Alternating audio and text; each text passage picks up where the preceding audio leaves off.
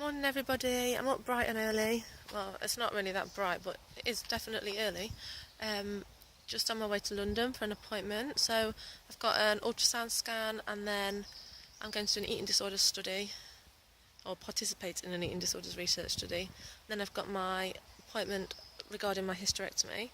So keep everything crossed for me, guys, because I think either way I'm going to cry. Like, if she says she's listing me today, I'll cry. If she says, oh, I've got to wait like another 6 weeks and have another appointment with her to check that I'm sure, then I think I will probably cry too. So yeah, and I've started like thinking about I've got to be back in the fact that I've got to go back into hospital in 4 days, and I could cry about that as well, because right now I don't want to go back in. I really don't want to go back in, but I know it's because I've only just started feeling well from last time I was in, but by Saturday I'll take my progesterone and I'll be needing to be in there. So yeah, that's where I'm at. Back here again. Guess what? I'm at a train station. Train station. Wonders will never cease. I think it feels like that is like kind of permanent these days, me and train stations. Yeah, I'm back at Lichfield because that's where it's cheapest to get the train to London from. And it's, I think it's 116 miles to London from here. Whoop whoop. So it's really dark because it's actually like 5:45 or something stupid in the morning. Because normally would stay over, but my appointment was in the afternoon, and then they added one on in the morning, which is good because they fit it in, but bad because it means we have to get such an early train. It's 8:05 on Wednesday the 29th of August and we're in London. First stop, ultrasound. Let's do this. South Kensington, we meet again. Now 20 to 9 and another rainy day in London, and I'm heading to my appointment. So I've just got off the tube in South Kensington. I need to get the bus now. Ooh. I've made it. I'm on the bus. I've got like 15 minutes to get to my appointment though. And I've already been travelling for 3 hours.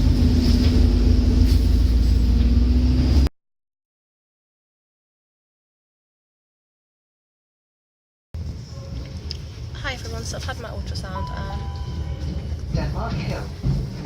it wasn't the best news, so my endometrium's quite thick, which increases the risks even more of cancer and endometriosis. But I'm looking at it in really positive light, in that it means that they'll have to do my surgery quicker. So yeah, and now I'm just on my way to King's College London to the Institute of Psychiatry section of eating disorders, because I'm going to be a participant in a research study there that's looking at the socio-economic function and comorbidities in anorexia, recovered anorexia and healthy controls. So that'll be really interesting when that piece of research comes out. I'm off the tube at Denmark Hill and I'm just on the way to where I need to be now. Oh, the screen's a bit blurry because it's raining. Just had a really good chat with a research nurse that works here, so she's giving me directions, and we were talking about PMDD and mental health. She works in family mental health research, so that was really interesting. See, you can talk to people on the tube. It's a myth, all this silence business. I'm here, I've arrived. See there, King's College London, National Institute of Psychiatry. This is for eating disorder research. Apparently I lie, I wasn't there at all. 2 buildings down. They all sound the same to me. Health Sciences, International Institute of. So yeah, this one's hopefully going to be the right one. See you in a bit, guys. Second time lucky, maybe? What about this one? Oh, this one looks a bit more promising. Let's see what this one says. Oh yeah, development and psychiatry. This sounds like the one.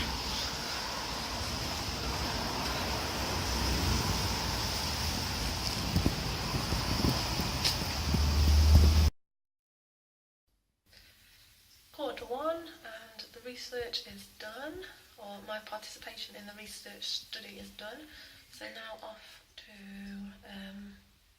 get food, meet my dad and head back to the hospital for my gynecology appointment. Fun times, guys. Hi all, I've got an hour to kill, but like it's sunny, a lot nicer than it was earlier.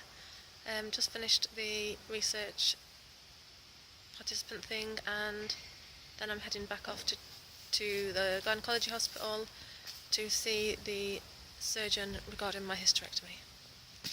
Wish me luck!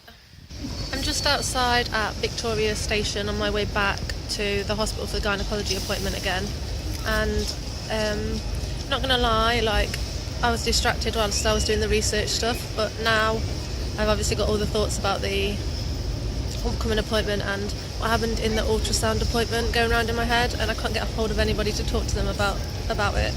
I'm meeting my dad in like an hour though, so I suppose I have to tell him, like, and I am trying to view it like really positively and not worry about it, because I'm having a hysterectomy anyway. That's what the whole point of the appointment's about, and I wanted it done sooner rather than later, so what a good reason to have it done sooner rather than later.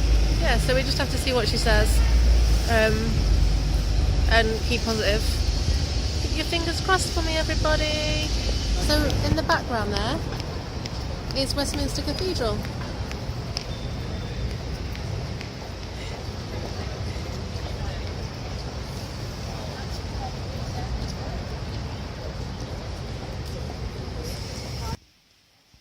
So I'm just inside Westminster Catholic Cathedral.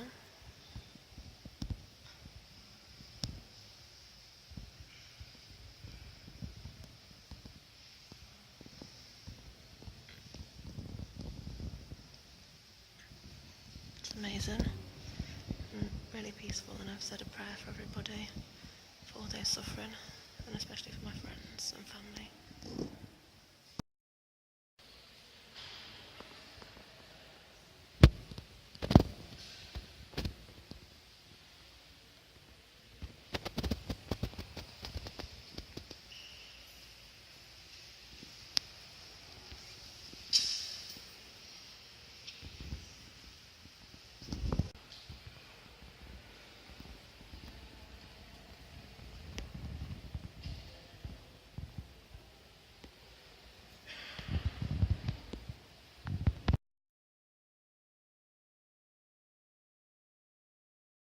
I might put on a brave face all the time, but it's not all smiles, like, honestly.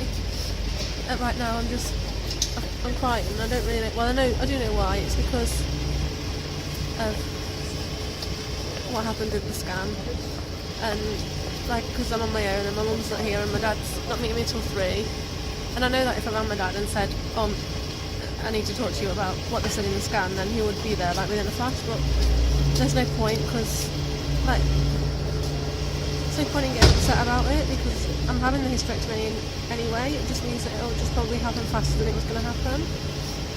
I don't know. I don't even know why I'm upset. And it's really noisy, so I hope you can hear.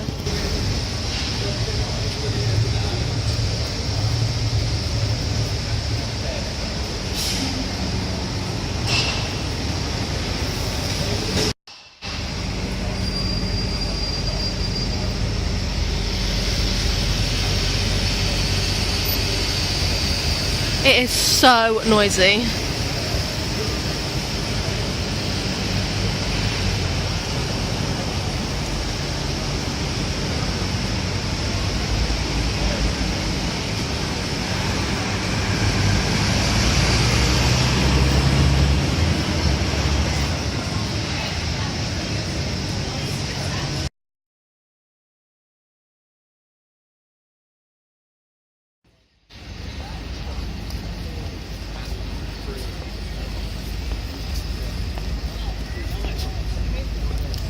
So it says like that it's got eyes on it, and it says the Tusk Rhino Trail, kindly painted by Nancy Fotis, and it says, watch out. To have eyes in the back of your head means having the ability to detect what is going on all around one, even beyond one's own vision of field.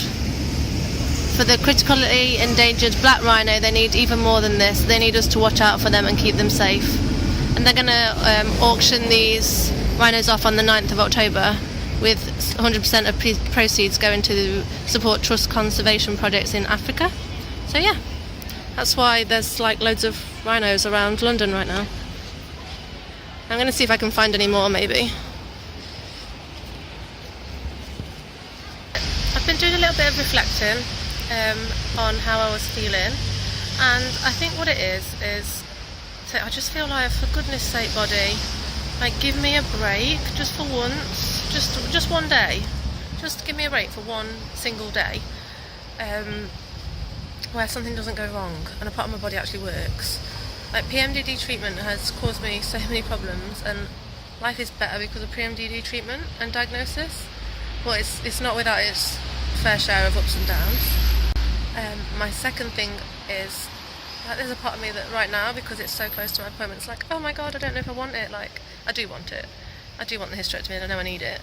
But at the same time, there's that, like, little bit of me that's like, I'm scared. I've come down a side street in the hope that it'll be a little bit quieter and easier to hear me while I'm vlogging. But typical, like, there's still cars going past, so it might never happen while I'm in London. I think I would be lying if I said I wasn't scared. Like, there's a number of things I'm scared, like, what happens if I have the hysterectomy and things aren't as good as I expect them to be? What if I might set my expectations too high? What if something goes wrong?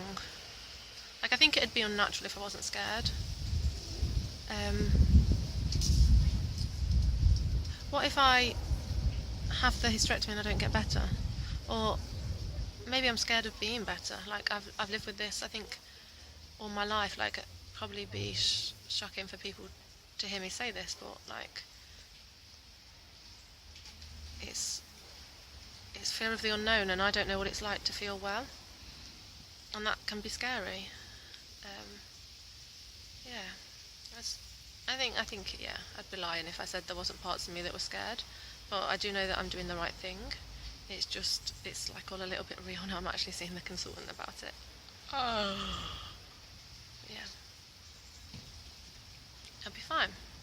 And life will be good. And life begins at 30. And I'm staying positive.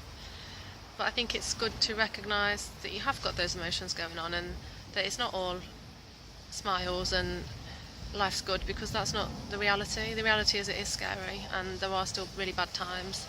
And I think it's important to remember, like, when I'm well, I can easily forget how bad the bad times are.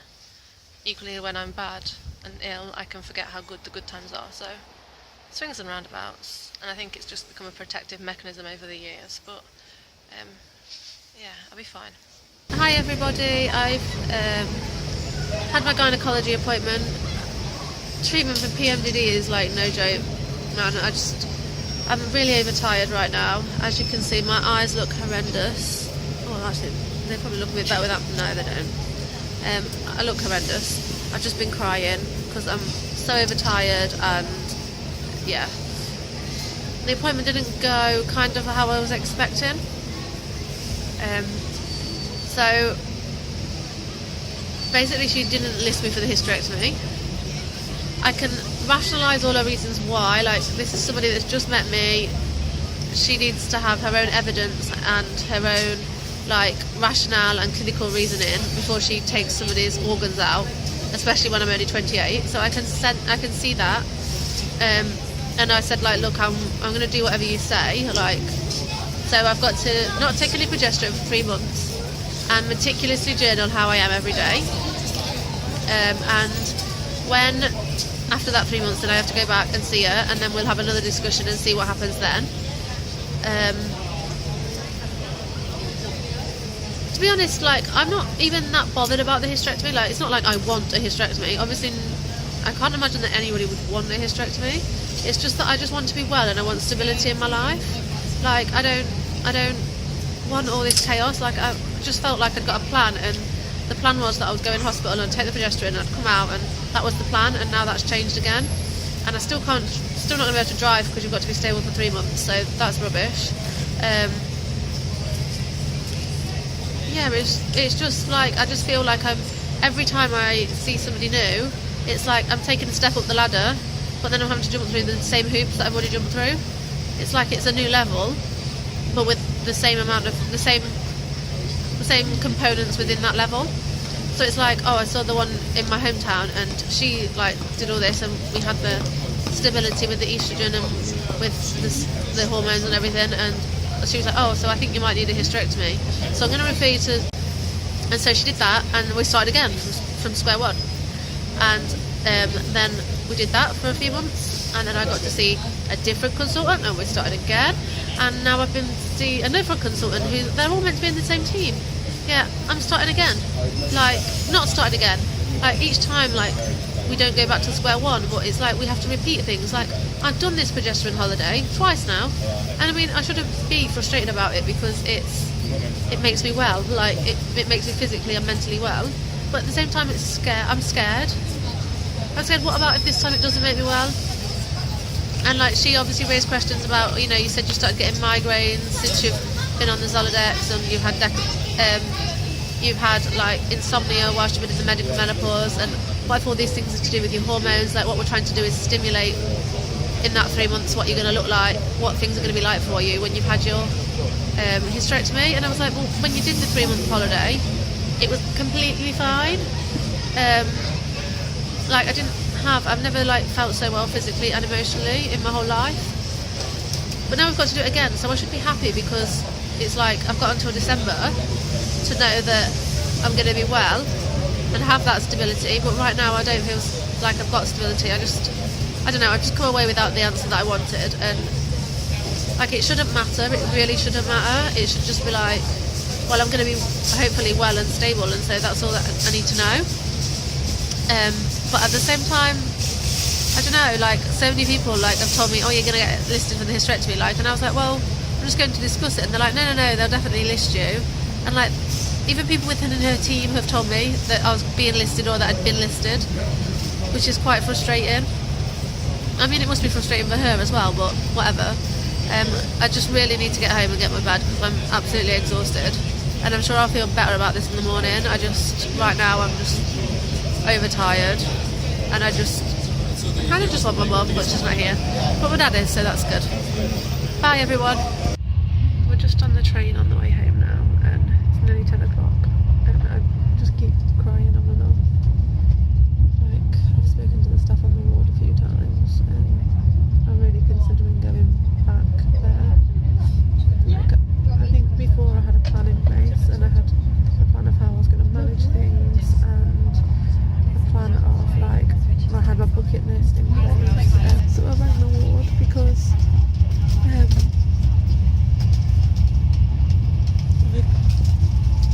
I've got that resilience before, I'd got a plan and I'd got things to do, and now I feel that's all been taken away from me. I've also got 2 consultants treating me for the same thing and telling me different things, so I don't actually know which one I'm meant to be listening to.